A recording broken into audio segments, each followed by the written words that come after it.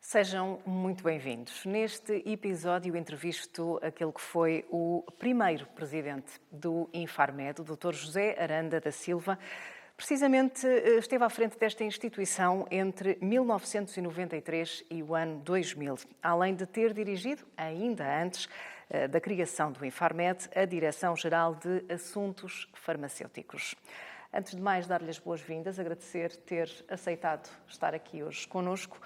Dr. Aranda da Silva é, podemos dizê-lo, o pai do Infarmed. A minha mulher diz de outra maneira, diz que o Infarmed é o meu quarto filho.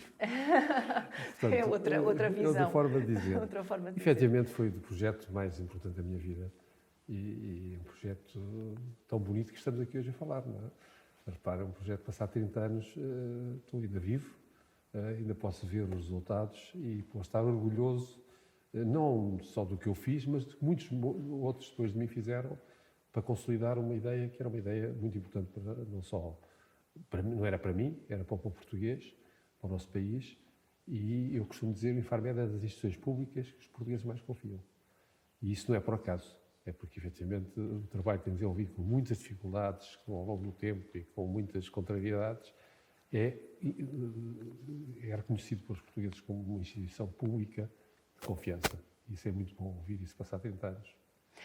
A história do Infarmed começa sensivelmente no início dos anos 90, a par, pode dizer-se, da presidência portuguesa da União Europeia. Portanto, houve ali uma série de conjunturas, uma série de acontecimentos que acabaram por proporcionar a criação do Infarmed. Anteriormente era a Direção-Geral de Assuntos Farmacêuticos, portanto houve aqui depois uma reconversão. Conte-nos um pouco como é que foi esta história. A Direção-Geral de Assuntos Farmacêuticos é uma resposta à União Europeia.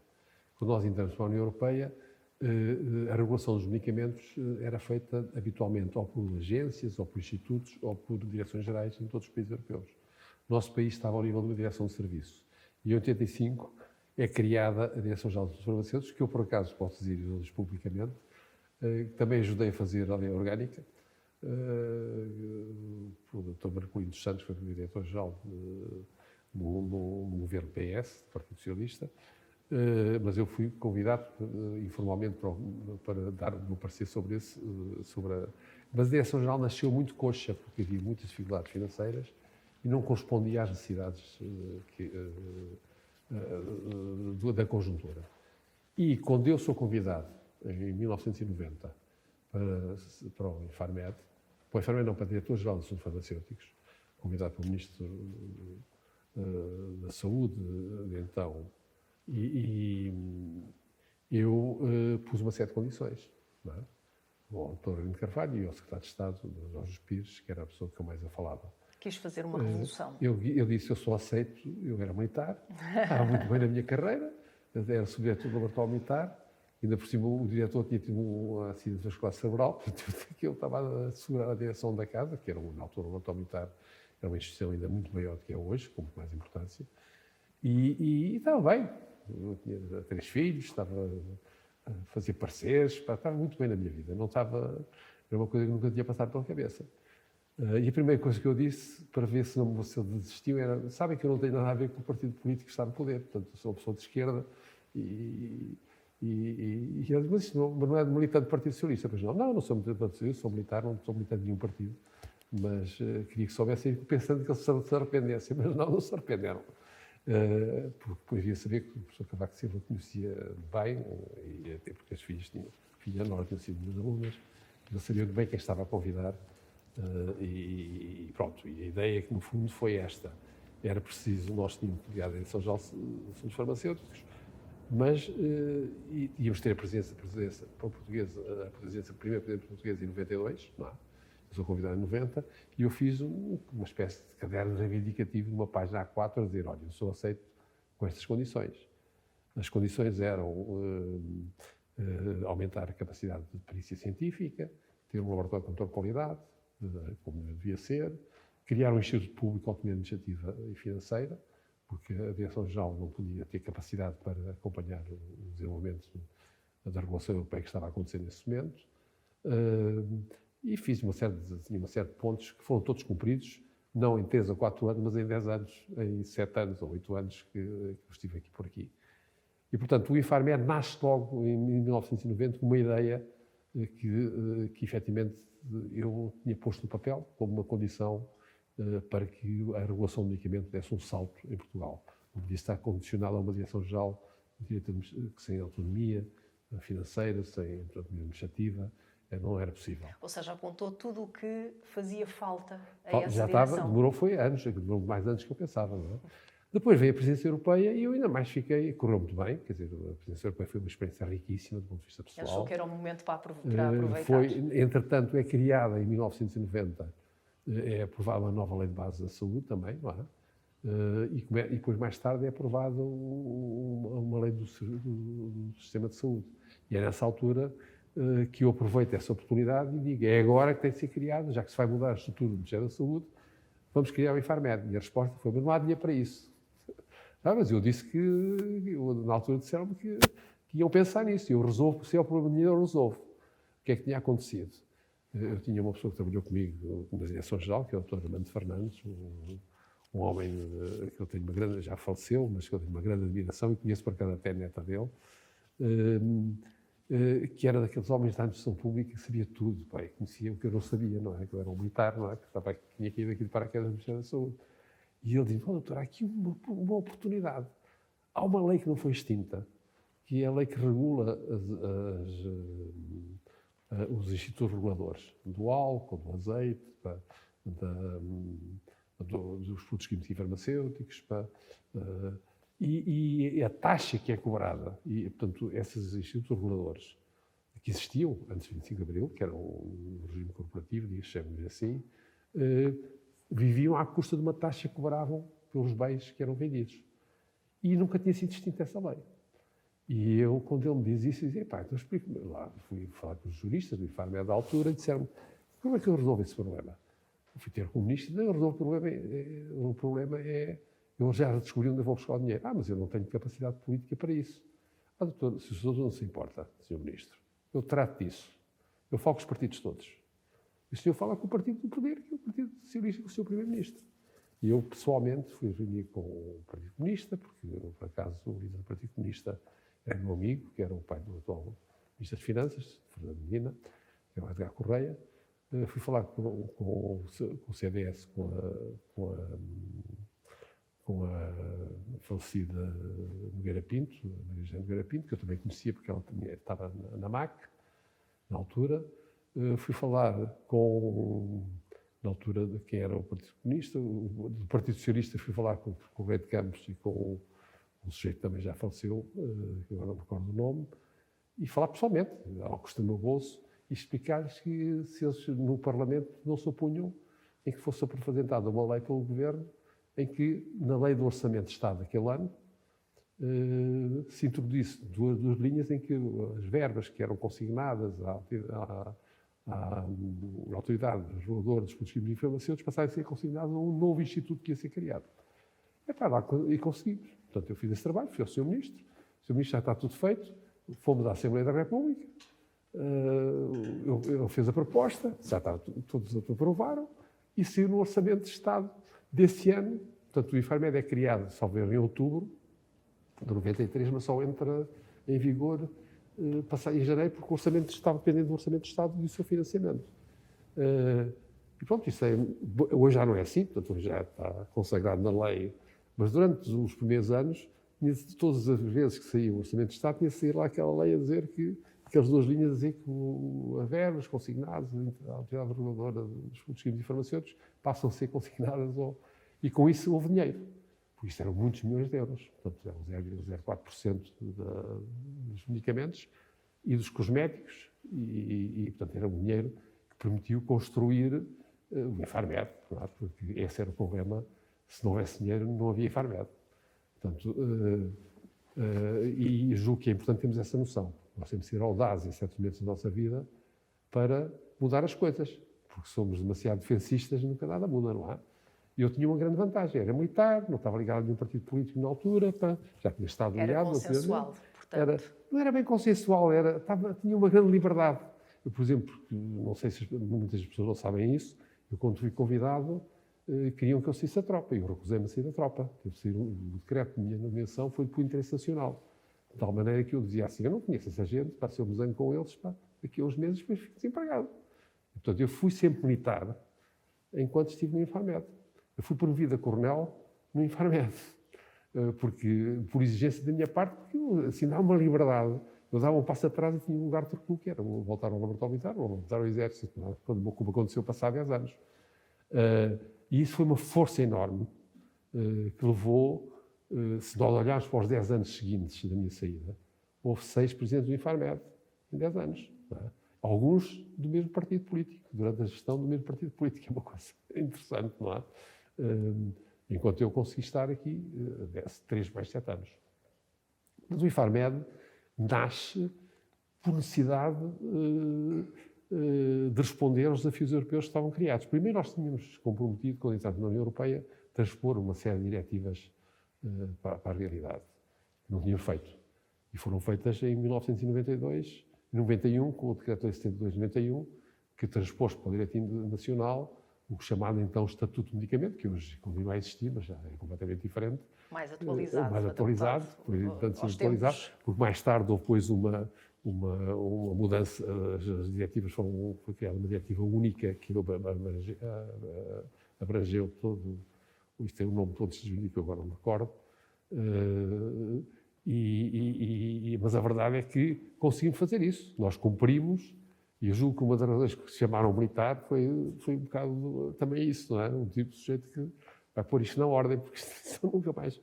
Não estamos a estar em incumprimento. Disciplina sempre associada... Não, disciplina, repare, eu sou uma pessoa muito consensual, eu não sou autoritário. Eu acho que os militares, para serem bons militares... o rigor... O rigor, e sim, o consenso, o conhecimento dos outros e saber liderar. Isso é o mais importante, é saber convencer as pessoas. Há muitas pessoas, não vou dizer o nome delas, diziam na brincadeira que toda a gente percebia que eu tinha uma estratégia, mas eu não contava toda a gente a estratégia, só contava. Mas as pessoas estavam mobilizadas. Repare, o Infarmed fez coisas espantosas, sem condições materiais, no princípio, e a própria Direção-Geral de Assuntos Farmacêuticos. As pessoas estavam motivadas. O ida para a União Europeia, o ida a reuniões. Portanto, criou-se com a formação que lhe é dada. Nós não podíamos pagar melhor, mas dá-nos outras motivações, que era uma ideia estratégica de futuro e de prestígio, não é? E também de estar no Infarmed na altura. Por exemplo, as perspectivas também. As pessoas tinham perspectivas. Eu recordo no princípio, nós não tínhamos, para ter uma ideia, a Direção-Geral dos Farmacêuticos, quando eu cheguei em 1990, tinha um inspetor, para, na altura, 200 grossistas, para 40 fábricas de medicamentos e para 2.000 farmácias. Uma coisa que é anedótico, não é? E era uma senhora, coitadinha, impecável, a doutora Isabel, mas tinha um inspetor, não é? Eu tive, na altura, tive de arranjar formas de provar que havia inspeção. Então reconverteram-se pessoas. Eu, em Espanha, tinha poucos peritos. A primeira coisa que eu fiz foi ir à Faculdade de Farmácia, que muitas pessoas não tinham sido doutoradas, tinham ficado numa espécie de quadros aladidos, e vieram todos trabalhar para o Infarmed. Arranjaram-se formas também, e depois foi convidar peritos de várias faculdades e das várias áreas do país. Houve um grande cuidado. As pessoas, no princípio, reagiam muito mal. Eu, a Direção-Geral de Saúde, tinha 2 médicos, em part-time. Eu estou o Henrique Rodrigues e eu estou o professor Durão da Faculdade de Medicina. Que era uma coisa inacreditável. Nós dizemos isso hoje. É inacreditável, não é? Como é que é possível? Não é? Mas convencer os outros médicos a vir trabalhar para o Infarmed. A maior parte deles, isso é burocracia. Mas depois de verem, depois de ir assistir às reuniões, eu obrigava, por exemplo, os membros da Comissão de Avaliação de Medicamentos, quando eu cá cheguei, a idade média de 80 anos, nessa passagem, e depois correr um a um de vez em quando, não foi fácil, não é? Porque eram todos professores e pessoas muito importantes, só ficaram 2 ou 3, os outros foram todos embora, e depois foram levados pessoas novas. Mas convencer, eu depois convidei peritos do Porto, o nosso cuidado, e o Dr. Rui Ivo. O Dr. Rui Ivo foi o meu braço direito sempre desde o princípio. O Dr. Rui Ivo foi convidado para vir trabalhar para o Infarmed, para a Direção-Geral dos Assuntos Farmacêuticos. Só eu e ele sabíamos que quando criasse o Infarmed, ele ia para o Conselho de Administração. Ele confiou em mim e eu cumpri a promessa. Mas o Dr. Ivo teve 1 ano, ou mais de 1 ano, a trabalhar nos vários setores da Direção-Geral. Portanto, eu tinha depois no Conselho de Administração do Infarmed uma pessoa conhecia por dentro a casa Conhecia como bem o eu não terreno. conhecia, não é? Portanto, o Dr. Rui faz parte da genética do Infarmed, portanto, muito mais que eu, porque passei por aqui e depois fui embora, não é? E isso deveu-se muito a ter perícia científica e convencer os peritos, no princípio, os médicos, principalmente os médicos, tinham consultórios privados à tarde, não é? Assim, os hospitais à tarde não podem ter consultórios, era perder dinheiro e ir para o Infarmed às comissões de peritos. Até que eu comecei a exigir, se vocês querem estar nas comissões de peritos, têm de ir à Agência Europeia de Medicamento, porque nós fomos, como sabe, tivemos a nossa presidência, é que decidiu, foi aprovada aqui no Centro Cultural de Belém, uma reunião promovida por nós e por uma proposta nossa, houve um consenso para se criar a Agência Europeia de Medicamento, porque andava-se a discutir isso há 3 ou 4 anos, e os grandes países queriam dominar a agência. E nós propusemos, qual foi a grande diferença? Em acordo com a Comissão Europeia, com o meu colega Fernando Sor, que ainda hoje sou amigo, e que foi mais tarde diretor executivo da Agência Europeia de Medicamento, e mais tarde foi diretor-geral da DG Sanco, foi dizer, eu só aceito isso uma condição, one country, one vote. Nós éramos 12, porque nós, se não éramos comidos, desculpem o termo, pelos países, dos países grandes, a Inglaterra, a França, a Alemanha e a Suécia, que também tinham um grande peso na altura. E o One Country, One Vote ainda hoje se mantém em muitas agências científicas, quando no resto da União Europeia, como sabe, o peso da votação tem a ver com os habitantes. No SCDC, onde eu também fui depois perito durante 10 anos, e na Agência Europeia de Medicamento é One Country, One Vote. O que deu um estímulo muito grande a Portugal, que era um pequeno país, mas tinha um peso relativo maior do que a sua dimensão. E comecei então a convidar os peritos para irem ao CPMP a Londres. Ninguém queria ir, porque estar 2 dias em Londres era perder uma pipa de massa nos seus consultórios, não é? Mas não calcula. Começaram a ir, depois jogavam quase à bulha, porque eles descobriram um mundo novo. Malta de várias especialidades, para medicina interna, de nefrologia, de cardiologia. Está a ver o que está a discutir medicamentos inovadores, com peritos, com alguns adjetivos de prémios nobres, e a discutir coisas que eles não sabiam que existia. Esse mundo regulador de medicamentos era um mundo que era desconhecido aqui em Portugal, para a maior parte das pessoas. E com isso envolvemos talvez mais de 100 ou 100 e tal peritos de Coimbra, de Lisboa, de Porto. Tá? E houve sempre essa preocupação. E sempre essa preocupação. E o que eu me preocupa agora, ainda muito, é que muitos desses peritos ainda cá estão, apesar de alguns termos. Já acho que devia ter havido uma renovação maior, porque muitos deles ainda cá estão. Não é? Acho que há qualquer coisa que não está a bater certo, não é? Passar tantos anos já devia haver tido uma renovação maior dos peritos, mas isso é outra história. Portanto, mas essa capacidade científica do Infarmed foi muito importante para se fazer o que se fez e conseguir o que se fez. Além disso, foi ter dinheiro para construir instalações que vocês conhecem e que estão aqui enterrados, portanto, no laboratório, não é? Portanto, que hoje, na altura, era o melhor laboratório de controle de qualidade da Europa, não é? Portanto, eu, infelizmente, não fui convidado para a administração, para a inauguração, uma coisa que ainda hoje não percebi porquê, apesar de ter sido concebido por mim, porque nós montámos um laboratório provisório no INETI. Tivemos 2 anos no laboratório piloto, para quando se abrisse aqui as instalações deste edifício, era só transportar para cá o equipamento e mais aquele equipamento que nós tínhamos encomendado para o novo laboratório. Ainda hoje é um laboratório que tem contatos com a Organização Mundial de Saúde e faz muito controle de qualidade para a Europa toda, não é? E para a Agência Europeia de Medicamento. Ainda hoje, talvez, deve ser dos melhores laboratórios de controle de qualidade que existe a nível regulamentar, a nível europeu. Portanto, isso foi essa questão de se ter conseguido dinheiro e perícia científica, foi o êxito do Infarmed, fundamentalmente. E saber motivar as pessoas, saber liderar as pessoas e convencê-las, mesmo ganhando pouco, que estavam a fazer um trabalho que era muito importante para o país, que elas próprias se sentiam realizadas. E acha que essa é a marca que deixa no Infarmed? Ou que deixou eu no Infarmed? Que sim, e depois continuou. Não acho que todos, eu dei-me bem com todos os presidentes, alguns deles até fui eu que os convidei. Não vou dizer quais foram, mas alguns foram os ministros que vieram até comigo para eu os convidar, porque eu fui convidado para ser presidente do Infarmed mais que uma vez depois de sair do Infarmed. Dizia, desculpa, isso já passou, já não tem nada, não quero, o criminoso não regressa ao local do crime, não é? Mas convidei outros, não é? Por interpelação da pessoa. E deixou que não tive problemas com nenhum deles.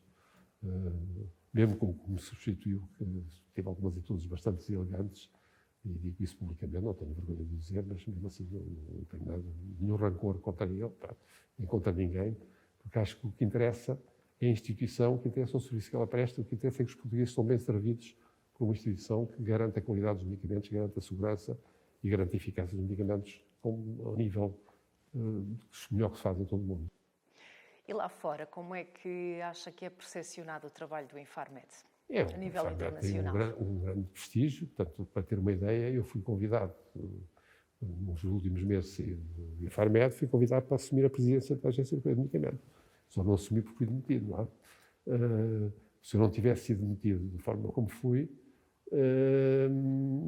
eu tinha assumido, por consenso dos meus pares, que eram o Conselho de Administração, e tinha sido eleito presidente do Conselho de Administração da Agência Europeia de Medicamentos. Portanto, só esse exemplo dá exemplo, e depois disso continuou. O Dr. Ivo trabalhou na Agência Europeia de Medicamentos, trabalhou na Comissão Europeia, hoje é o presidente do Conselho do grupo dos Health Agency, que é um grupo criado no nosso tempo, no tempo em que eu era presidente do Infarmed, quando se criou a Agência Europeia, nós estávamos um bocado com medo de perder o poder, não é? Então criámos um grupinho ao lado, que era o chamado Health Agency, que hoje tem.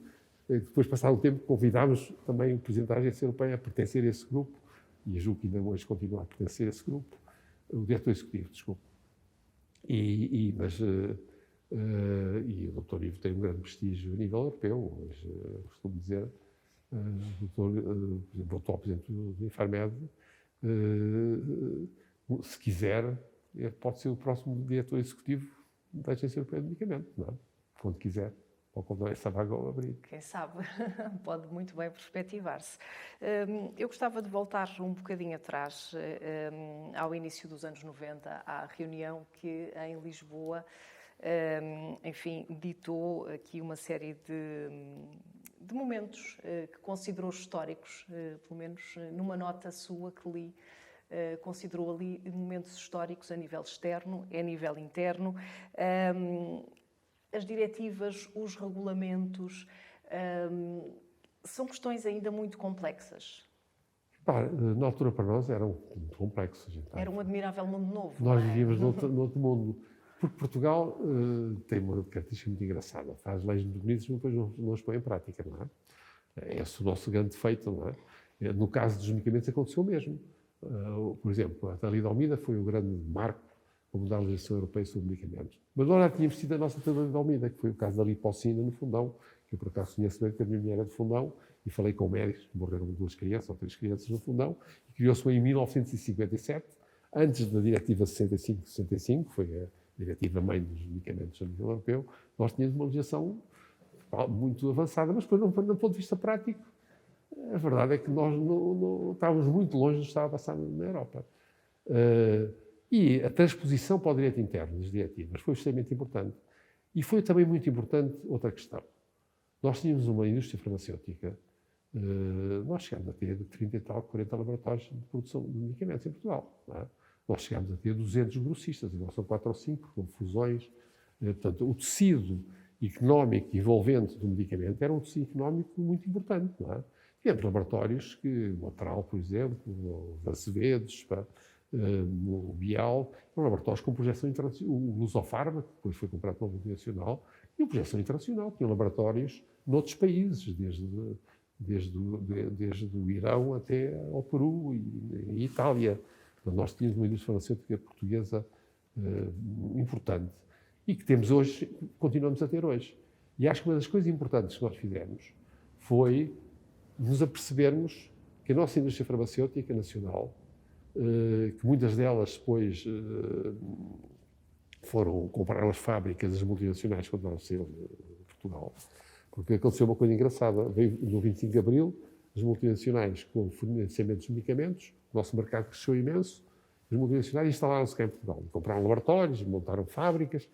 Quando nós entramos para a União Europeia, as multinacionais foram-se a maior parte delas embora, venderam as fábricas, fecharam as fábricas, porque já não, estando nós na União Europeia, não se justificava terem 12 fábricas na União Europeia de medicamentos. Eu tive reuniões com CEOs de grandes multinacionais, vinham a Lisboa explicar porque é que fecharam a fábrica. Por exemplo, nós na Polícia Ibérica temos 3 fábricas, vamos ficar com uma em Madrid. Ou temos não sei quantas fábricas, porque éramos na altura 12, não é? Portanto, eu sou do tempo em que nós éramos 12, não é? Agora somos 30 ou 20, 28, ou o que é. 27. E nós tínhamos uma indústria farmacêutica. E o que é que nós fizemos? E acho que é isso, muito importante dizer isso hoje, porque esse problema continua a existir. As multinacionais estavam muito bem formadas para a União Europeia. Os seus escritórios em Bruxelas, tinham os seus escritórios, tinham a sua estrutura. As nossas empresas, coitadinhas, apanharam com a União Europeia e tinham-se de adaptar. E havia duas atitudes. Uma que era o proteccionismo, não é? Que era o que é habitual dos portugueses. O Estado vai resolver o problema, vai nos proteger, não sei quantas. A minha política era diferente. Vocês têm de adaptar-se agora à nova situação. E então fazíamos reuniões regulares com os laboratórios portugueses. Eram 20 ou 30 laboratórios, já não me recordo bem, na altura. Eram mais, talvez, periódicas, em que os diretores de serviço do Infarmed explicavam aos laboratórios portugueses o que estava a acontecer na União Europeia, porque eles não tinham outro canal de comunicação. Nós também levávamos pancada de criar bicho, como costuma dizer, não é? Porque eles criticavam, porque atrás não aprovam os medicamentos, aquelas coisas habituais. Eu não vou dizer os nomes, mas alguns industriais, alguns já faleceram, até porque tinham muita confiança comigo, porque eu já vivo para a minha família de farmácia, meus pais eram farmacêuticos, neste mundo há muitos anos, da farmácia, do medicamento, alguns até que me conheciam de miúdo, não é? E olhavam connosco, não é? Mas nós dizíamos, nós estamos aqui, também é para resolver esses problemas, é para vocês responderem aos novos desafios que é a União Europeia. E houve fábricas que eu tive reuniões, não vou dizer com quem, eu dizia a vocês, eu nunca mais venho à vossa fábrica, porque se vocês não mudarem, fizerem uma fábrica nova, eu fecho. E dei prazos a maior parte deles, não vou dizer também os nomes, mas todos eles responderam. Algumas hoje até já nem são fábricas portuguesas, já são fábricas de companhias internacionais. E eles todos construíram novas fábricas. Não é? Portanto, ou compraram das multinacionais que estavam a abandonar o país, por entrada da União Europeia, o caso da Merck, que vendeu a fábrica ao Fras da Costa, o caso da Sanofi, que vendeu aos Azevedos, mas houve fábricas novas, como o do Bial, do Abesfal, a Bayer, que vendeu à Biofarma, não é? Que se criou a Biofarma. Portanto, há aqui um tecido industrial novo. Porquê é que ele tem êxito hoje, passados esses 30 anos? Porque ele respondeu aos desafios europeus.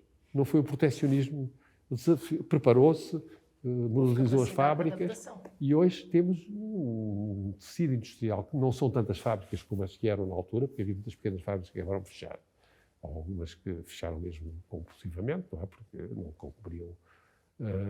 Mas as mais importantes, hoje a capacidade produtiva de Portugal com essas 20 fábricas é muito maior do que era com 40 fábricas que tinha na altura. Porque são fábricas modernas, competem nos mercados internacionais, exportam mais que o vinho do Porto e o vinho, como eu costumo dizer na brincadeira, não é? Mas ninguém fala nisso. E isso deveu-se muito também ao trabalho do Infarmed, de apoio a esse tecido industrial, porque também era a nossa... Outra parte importante foi criar critérios de financiamento dos medicamentos que fossem transparentes. Havia uma grande opacidade na relação dos regulados com o regulador. Eu costumo dizer, em primeiro lugar estão os cidadãos, depois estão os regulados que nós regulamos, que são as farmácias, as indústrias farmacêuticas, mas, em primeiro lugar, são os cidadãos, porque esses... E a segurança, não é? E a segurança dos medicamentos. Isso é o que está em primeiro lugar. E aí houve uma política de grande transparência. Nós fazíamos reuniões informativas, salvo quinzenais. Ainda não havia estas instalações e fazíamos um anfiteatro do Gil de Matos, por exemplo, no princípio, depois passámos a fazer também aqui. Mas o Gil de Matos tem um anfiteatrozinho pequenino, não é? Em que os diretores de serviço, eu é que dizia, agora é a vez da direção de inspeção que vai dar a cara para...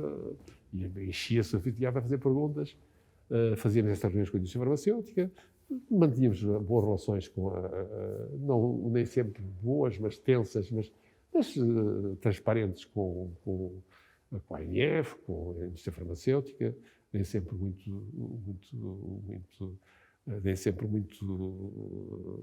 é que dizer, amenas, mas de qualquer maneira acho que fazíamos o nosso papel, não é?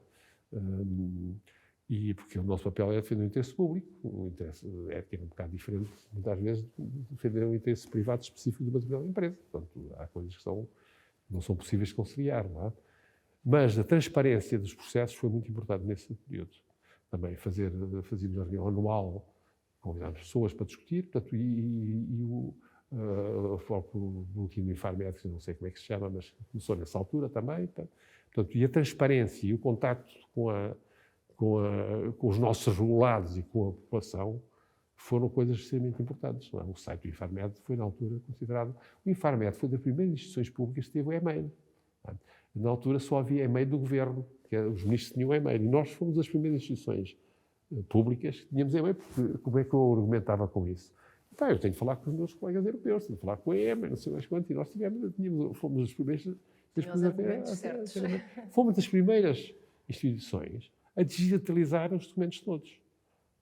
Porque isto estamos a falar em 1999, 98. Nós tínhamos um sistema de digitalização toda a organização, porque a primeira vez que nos apareceu aqui um processo europeu da Agência Europeia de Medicamentos, porque eles davam os processos, a indústria não queria que os processos fossem entregues digitalmente, tinham medo que houvesse cópias, então entregavam em papel. Para-me aqui um tiro à porta, cheio de dossiês, eu não tinha onde guardar aquela porcaria. E lá arranjámos um armazém daqueles rolantes para meter lá os dossiês, mas depois conseguiu-se negociar, depois a nível da EMA mesmo, que o dossiê tinha de ser digitalizado, não é? Mas isso levava a que nós também já estivéssemos muito avançados em alguns procedimentos por exemplo, com a digitalização dos documentos. Os documentos são dos euros.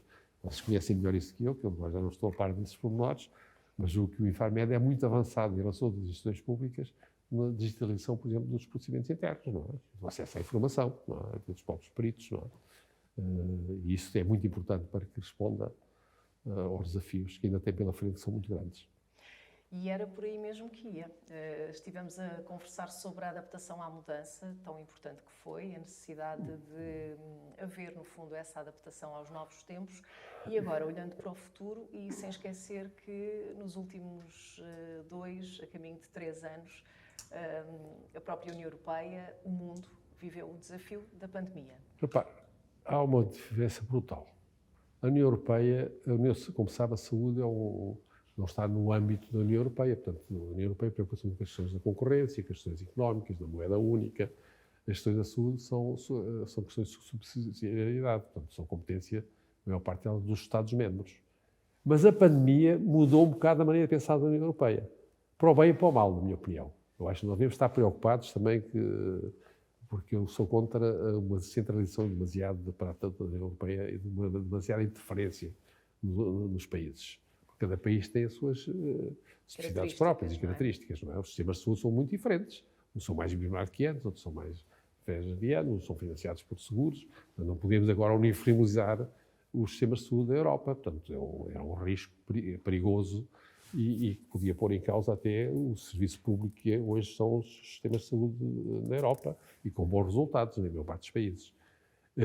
Mas, portanto, o que aconteceu com a pandemia foi que a União Europeia e a Comissão Europeia descobriu a saúde. Que estava, repare, em 2019 havia um projeto para extinguir a DG-SANCO. A DG-SANCO era a Direção-Geral de Saúde e Consumidores, que tinha a coordenação da saúde pública, tinha alguns projetos de saúde pública, de consumidores e tal. E a ideia dominante na altura é extinguir. A pandemia, com a questão da pandemia, veio-se ver que, afinal, a saúde era muito mais importante para o desenvolvimento dos países e mais do que uma despesa muito chata para os ministros das Finanças, era um grande investimento para manter o bem-estar das pessoas, não é? Porque sem saúde não há bem-estar. E, portanto, há uma mudança na mentalidade europeia e mundial em relação à saúde. Até hoje admite-se mais gastos em saúde que se admitiam há alguns anos, porque a saúde era vista sempre da perspectiva da despesa e não da perspectiva do investimento. Do investimento, do bem-estar da população, não é? Portanto, dos resultados em saúde. E eu acho que isso que vai criar ao Infarmed grandes desafios, porque há uma mudança muito grande no posicionamento da União Europeia em relação à saúde, nomeadamente à regulação, por exemplo, o último regulamento sobre a avaliação de valor terapêutico acrescentado é uma interferência da União Europeia numa área que era considerada competência dos países. Não é? Nós estamos preparados, para já está-se numa fase experimental, mas vai haver uma tendência de interferência e o Infarmed, na minha opinião, neste momento não está preparado para responder a estes desafios. Não está preparado porque tem um estatuto obsoleto. O Infarmed não depende do Orçamento Geral do Estado. O Infarmed tem cerca de 20 milhões de euros por ano, julgo eu, que é à volta desse, posso estar enganado, que dinheiro a mais, lhe é retirado pelo Ministério das Finanças. O Ministério das Finanças, eu não digo que é o Ministro das Finanças, é o aparelho do Ministério das Finanças não admite que há instituições que possam ter autonomia financeira e possam gerir bem essa autonomia financeira. O Infarmed hoje, como sabe, o ordenado médio do Infarmed é um ordenado baixíssimo, menos de 1.000 euros. Como é que uma entidade que regula milhões de euros, muitos milhares de euros, pelo menos 2 mil milhões de euros, ou mais, se pensarmos nos dispositivos médicos, pode ter funcionários pagos como estão a ser pagos agora. Portanto, não tem um estatuto de instituto com autonomia que já devia ter, como tem, por exemplo, as entidades reguladoras. Isso é inadmissível. Quer dizer, se não se resolver esse problema facilmente, o Infarmed perde rapidamente o papel que conseguiu conquistar durante 30 anos e pode perdê-lo no espaço de 2 ou 3 anos. E eu acho que esse é o grande desafio do Infarmed, é mudar o seu estatuto, renovar melhor os seus peritos, renovar a sua organização, adequá-la a estes novos desafios europeus que vêm aí, porque se não o fizer, perde completamente o que nós tivemos a dizer até agora, que foi um espaço que conquistou durante 30 anos e que tem um grande valor, não só para a instituição em si, mas totalmente para os portugueses. E eu acho que esse é o grande desafio do Infarmed, é mudar definitivamente o seu estatuto. Falou na mudança de estatutos. Porquê é que acha que ainda não aconteceu? Não percebo. Já houve um estatuto diferente para a entidade reguladora, para a direção executiva do Ministério da Saúde. Está a haver estatutos diferentes para as unidades locais de saúde. Porquê é que o do Infarmed ainda não foi aprovado? Eu não sei se há uma proposta de estudo, mas presumo que deve haver. No meio dessas mudanças do Ministério da Saúde, espero que também estejam a pensar em mudar o estatuto do Infarmed. Não tenho informação privilegiada sobre isso. Mas tem de se mudar. Porque se não se mudar, é uma tragédia para os portugueses e é uma tragédia para o país.